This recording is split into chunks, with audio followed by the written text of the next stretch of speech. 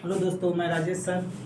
आज हम क्लास 10 का केमिस्ट्री का पार्ट लेसन 1 जो रासायनिक अभिक्रिया और समीकरण है इसका पार्ट 3 बनाने जा रहे हैं। पार्ट 3 में हम लोग क्या पढ़ेंगे? पार्ट 3 में हम लोग पढ़ेंगे ऑक्सीकरण किसे कहते हैं, अपचयन किसे कहते हैं, रेडॉक्स अभिक्रिया किसे कहते हैं, संक्षारक किसे कहते हैं, विकृत गंधिता किसे कहते हैं। इसके बारे में आज हम पढ़ेंगे, जो ये चैप्टर कंप्लीट हो जाएगा ना। तो सबसे पहले हम इसमें क्या पढ़ते हैं कि ऑक्सीकरण किसे कहते हैं और अपचयन किसे कहते हैं। तो ऑक्सीकरण क्या होता है? ऑक्सीकरण क्या होता है कि किसी परमाणु या अणु या आयन से, किसी परमाणु अणु या आयन से इलेक्ट्रॉन का निकलना है। अगर उसमें से इलेक्ट्रॉन निकल जाए तो हमारा क्या होता है, वो हमारा ऑक्सीकरण हो जाता है। वो हमारा क्या होता है? ऑक्सीकरण हो जाता है। इसमें क्या होता है, जब इलेक्ट्रॉन निकलता है तो उसमें पॉजिटिव चार्ज आता है। जितने ज़्यादा इलेक्ट्रॉन निकलेंगे उतने ज़्यादा पॉजिटिव चार्ज आएगा उसमें, ठीक है। और जितने ज़्यादा पॉजिटिव चार्ज आएगा उतने ही ज़्यादा उसमें लीडावेस की कमी होगी, यानी निगेटिव चार्ज कम होंगे, ठीक है। जैसे इसके एग्जाम्पल हम देख लेते हैं। तो इसमें एग्जाम्पल में देख लेते, जैसे सोडियम हो गया। सोडियम में से एक इलेक्ट्रॉन निकलता है तो उसमें एक पॉजिटिव चार्ज आता है। एल्यूमिनियम में क्या होता है, एल्यूमिनियम से 3 इलेक्ट्रॉन निकलते हैं तो 3 पॉजिटिव चार्ज आता है, ठीक है। तो यहाँ पे उसके बाद अब ये तो हो गया ऑक्सीकरण। ऑक्सीकरण क्या होता है? किसी परमाणु अणु या आयन से इलेक्ट्रॉन का निकलना, अर्थात पृथक होना, मतलब अलग होना, ऑक्सीकरण कहलाता है। इसमें क्या होता है, धनावेश का मान बढ़ता है, ये पॉइंट याद करिएगा, और ऋणावेश का मान घटता है, ठीक है। अब दूसरा चलते हैं अपचयन। अपचयन क्या होता है? किसी परमाणु अणु या आयन द्वारा इलेक्ट्रॉन का ग्रहण करने की विधि, ग्रहण करने की विधि को ही हम क्या कहते हैं? अपचयन कहते हैं। इसमें क्या होता है, जब इलेक्ट्रॉन ग्रहण करेगा जाहिर सी बात है उसमें ऋणावेश बढ़ेगा, धनावेश कम होगा। इसीलिए इसमें लिखा गया कि इसमें धनावेश का मान घटता है और ऋणावेश का मान बढ़ता है। जैसे यहाँ एग्जाम्पल हम दे लेते हैं सोडियम आयन। तो ये एक इलेक्ट्रॉन ग्रहण कर रहा है तो इसे हम क्या कहते हैं? सोडियम, मतलब एक का इलेक्ट्रॉन ग्रहण कर लिया तो यहाँ पे देखिए धनावेश में कमी आ गई। यहाँ पे 3 इलेक्ट्रॉन ग्रहण किया तो इसमें भी 3 धनावेश था जो कम होकर 0 हो गया है। यहाँ पे इलेक्ट्रॉन ग्रहण करता है, यहाँ पे इलेक्ट्रॉन मतलब निकालता है, यानी एक दूसरे की जस्ट अपोजिट है। इसी को हम क्या कहते हैं? ये ऑक्सीकरण हमारा हो गया, जिसमें से इलेक्ट्रॉन निकल जाए, जिस तत्व में से परमाणु में या आयन में से इलेक्ट्रॉन निकल जाए तो वो ऑक्सीकरण हो गया। और जिस तत्व या परमाणु या आयन द्वारा इलेक्ट्रॉन को ग्रहण कर लिया जाए वो हमारा अपचयन हो गया। इसमें क्या होता है? धनावेश का मान बढ़ता है, ऋणावेश का मान घटता है। इसमें क्या होता है? धनावेश का मान घटता है, ऋणावेश का मान बढ़ता है, ठीक है। ये हमारा ऑक्सीकरण अपचयन हो गया। अब हम चलते हैं, ऑक्सीकरण अपचयन हो गया, उसके बाद हम चलते हैं रेडॉक्स अभिक्रिया।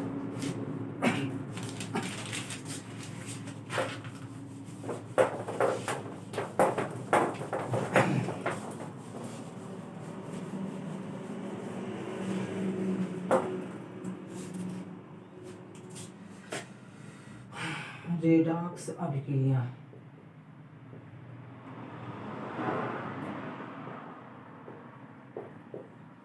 रेडॉक्स अभिक्रिया क्या होती है? रेडॉक्स अभिक्रिया वह क्रिया, मतलब ऐसी केमिकल इक्वेशन या रिएक्शन कह ले कि जिसमें ऑक्सीकरण और अपचयन दोनों साथ हों। ऑक्सीकरण और अपचयन क्या हो? दोनों साथ में हो। तो ऐसी अभिक्रिया को हम क्या कहते हैं? रेडॉक्स अभिक्रिया कहते हैं। देखेंगे ऐसी अभिक्रिया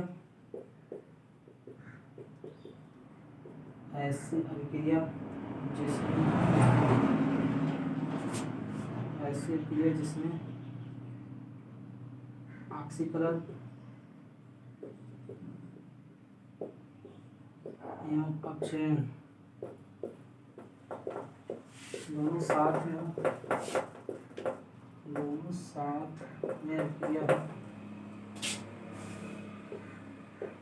अभिक्रिया हो से रेडॉक्स अभिक्रिया कहते हैं। ऐसे रेडॉक्स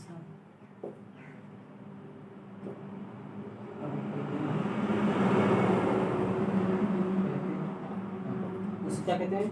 रेडॉक्स अभिक्रिया कहते हैं। इसके एग्जांपल जैसे देख लेते हैं। इसके अगर मान लीजिए कॉपर ऑक्साइड है, यहाँ इसको हाइड्रोजन गैस के साथ अभी रिएक्शन कराना है तो इसमें क्या होता है, ये ऑक्सीजन आके इसमें जुड़ जाता है, कॉपर को विस्थापित कर देता है, तो हमारा बन जाता है H2O + Cu। यहाँ पर हम देखें कि जो ऑक्सीजन को ग्रहण कर रहा है, यानी यहाँ पे हम देख रहे हैं कि एक हमारा क्या हो रहा है? ऑक्सीजन ऑक्सीकरण हो रहा है, ऑक्सीजन के साथ जुड़ रहा है।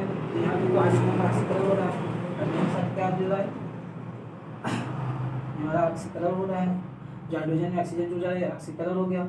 और उसके बाद यहाँ पर हम देख रहे हैं कॉपर के साथ ऑक्सीजन निकलना है तो ये हमारा अपचयन हो गया। हमारा क्या हो गया?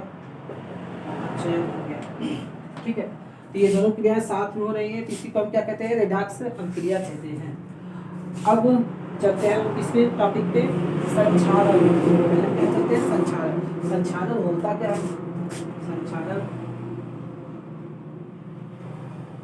संक्षारण क्या होता है। तो संक्षारण नाम से ही लग रहा है कि किसी को संक्षारित करना, संक्षारित करना मतलब नष्ट करना, धीरे धीरे नष्ट करना। संक्षारित मतलब ये था कि धीरे धीरे उसमें क्या हो, नष्ट हो जाएगा ना।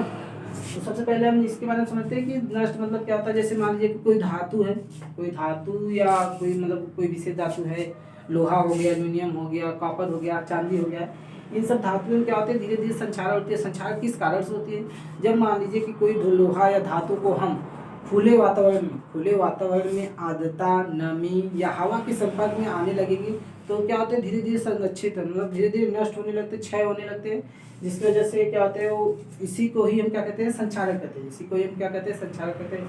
जैसे लोहे के ऊपर जंग लगना, चांदी के ऊपर काली परत हो जाती है, लोहे की कॉपर के ऊपर हरी परत हो जाती है, तो ये सब इसके एग्जाम्पल है। इसके एग्जाम्पल हम लिख देते हैं। मतलब संक्षारण क्या होते हैं, जब कोई धातु, हम लिखेंगे जब कोई धातु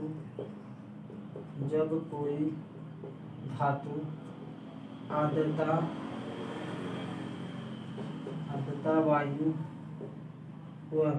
एवं नमी आदि के संपर्क में आते हैं, आदि के संपर्क में आते हैं, तो उसे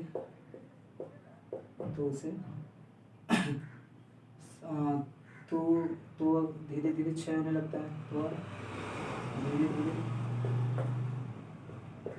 धीरे क्षय होने लगता है, क्षय होने लगता है।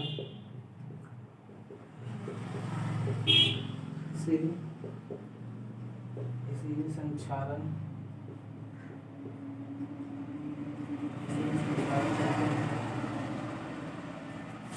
जैसे हम यहाँ देख लेते हैं, जैसे हम समझ लेते हैं कि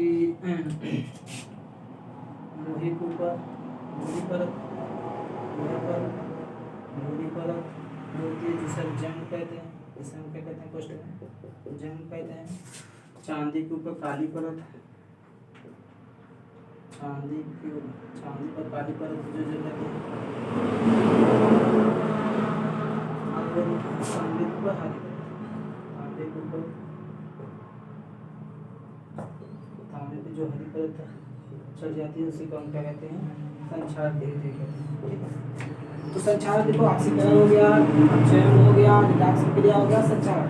जब कोई धातु आर्द्रता, वायु और नमी आदि के संपर्क में आते हैं तो धीरे धीरे क्षय होने लगते हैं, इसे ही संक्षारण कहते हैं। जैसे लोहे पर भूरी परत जो जंग लग जाती है, जो भूरा भूरा दिखता है, चांदी के ऊपर काली परत, अगर हम चांदी के बर्तन में देखेंगे समय के साथ साथ धीरे धीरे उसमें क्या होता है, काली परत चढ़ने लगती है, जिससे उसका क्षय होने लगता है। तांबे के ऊपर तांबे को भी अगर ज़्यादा समय तक रखते हैं तो उसमें क्या होता है, हरी परत चढ़ जाती है। ठीक है, तो इसे ये संक्षारण कहते हैं। अब हमारा अगला टॉपिक है विकृत गंधिता। विकृत गंधिता, तो उसके बारे में पढ़ लेते हैं।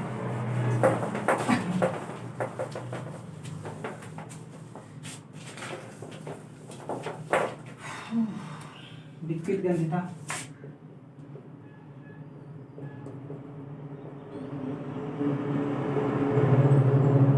विकृत गंधिता क्या होती है। विकृत गंधिता नाम से ही पता चल रहा है उसमें अजीब सा गंध आने लगे, नाम से ही पता चल रहा है उसमें क्या आने लगे, अजीब सा गंध आने लगे। जैसे मान लीजिए कि हम पका हुआ भोजन बना के अगर बहुत देर तक उसे रख दें तो उसमें क्या होता है, अजीब तरह से दुर्गंध आने लगती है, अजीब तरह से दुर्गंध आने लगती है।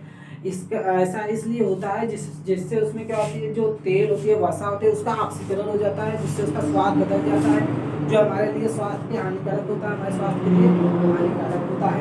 इसे क्या कहते हैं, विकृत गंधिता कहते हैं। ठीक है, जब पके हुए भोजन को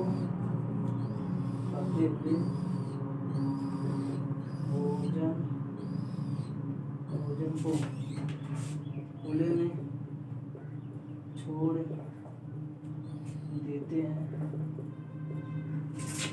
देते हैं तो उसका स्वाद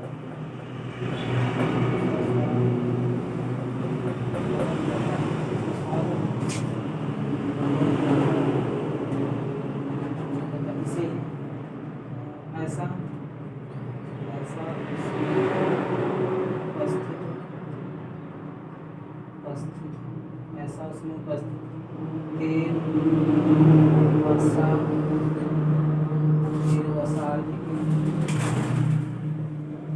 आदि के ऑक्सीकरण के कारण होता है। ऑक्सीकरण के कारण होता है। तेल वसा आदि ऑक्सीकरण के कारण होता है। इसे ही विकृत गंधिता कहते हैं। इसे ही विकृत गंधिता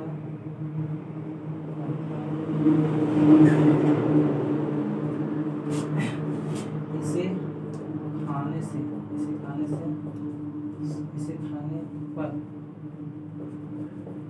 खाने पर स्वास्थ्य पर बुरा प्रभाव पड़ता है।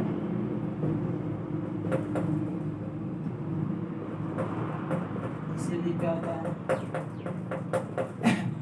इसीलिए जो चिप्स के पैकेट होते हैं, चिप्स के पैकेट में पैक करते समय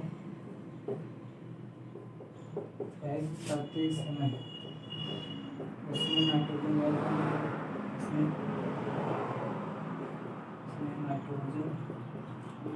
गैस भर देते हैं।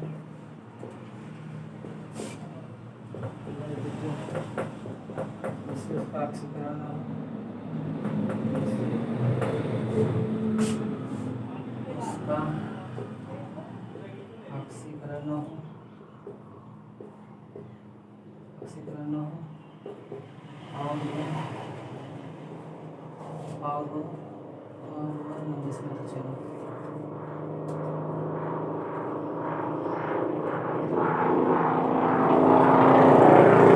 विकृत गंधिता क्या होती है हमने लिख दिया है। अब इसके बारे में अच्छे से बता देते हैं कि विकृत गंधिता वो चीज़ होती है जिसमें हम पके हुए भोजन है या कोई भी तला हुआ चीज़ है, उसको अगर हम खुले में लंबे समय तक छोड़ देते हैं तो उसके स्वाद में क्या होता है, परिवर्तन आ जाता है। ऐसा उसमें कुछ भी होता है, उसमें तेल और वसा आदि के कारण तेल जो वसा होती है उसका ऑक्सीकरण हो जाता है, जिससे क्या होता है उसका स्वाद बदल जाता है। उसको खाने से हमारी क्या होती है, स्वास्थ्य जो होता है उस पर बुरा प्रभाव पड़ता है, स्वास्थ्य हमारा खराब होने का भी डर रहता है। इसीलिए क्या होता है कि जो चिप्स के पैकेट होते हैं उसको लंबे समय तक चलाने के लिए जो दुकानों पे बेचे जाते हैं उसको लंबे समय तक चलाने के लिए उसमें हवा भरी जाती है, तो हमको लगता है कि चिप्स फूला हुआ है उसमें खाली है, पर ऐसा इसलिए कहते हैं कि उसमें आप नाइट्रोजन गैस भरेंगे तब जाकर हमारा चिप्स सुरक्षित रहेगा जो लंबे समय तक चलेगा। ठीक है, तो ये इसी को हम क्या कहते हैं, विकृत गंधिता कहते हैं। विकृत गंधिता क्या होता है, जब पके हुए भोजन को खुले में छोड़ देते हैं तो उसका स्वाद बदल जाता है। ऐसा उसमें उपस्थित तेल वसा आदि के ऑक्सीकरण के कारण होता है। इसे ही विकृत गंधिता कहते हैं। इसे खाने पर क्या होता है, स्वास्थ्य पर बुरा प्रभाव पड़ता है। इसीलिए चिप्स के पैकेट में जो होते हैं पैक करते समय उसमें नाइट्रोजन गैस भर देते हैं जिससे उसका ऑक्सीकरण ना हो और वो लंबे समय तक चल सके। तो लेसन 1 का रासायनिक अभिक्रिया और समीकरण का पार्ट 3 वीडियो कंप्लीट हो गया है। इस तरह ये रासायनिक अभिक्रिया और समीकरण चैप्टर भी कंप्लीट हो चुका है। अगला चैप्टर हम फिजिक्स का चलेंगे। फिजिक्स में नेक्स्ट डे से पढ़ाएंगे प्रकाश, जो लाइट चैप्टर है उससे रिलेटेड हम क्वेश्चन थ्योरी जो है उसको समझाएंगे, उसमें न्यूमेरिकल क्वेश्चन भी है उसको भी अच्छे से समझाएंगे। ठीक है, तो आज का ये चैप्टर हमारा इसका कंप्लीट हुआ, ये वीडियो भी हमारा कंप्लीट हो गया है। तो ये वीडियो अगर आपको अच्छा लगे तो लाइक करिएगा, कमेंट करिएगा, शेयर करिएगा और सब्सक्राइब करिएगा। Thank you very much.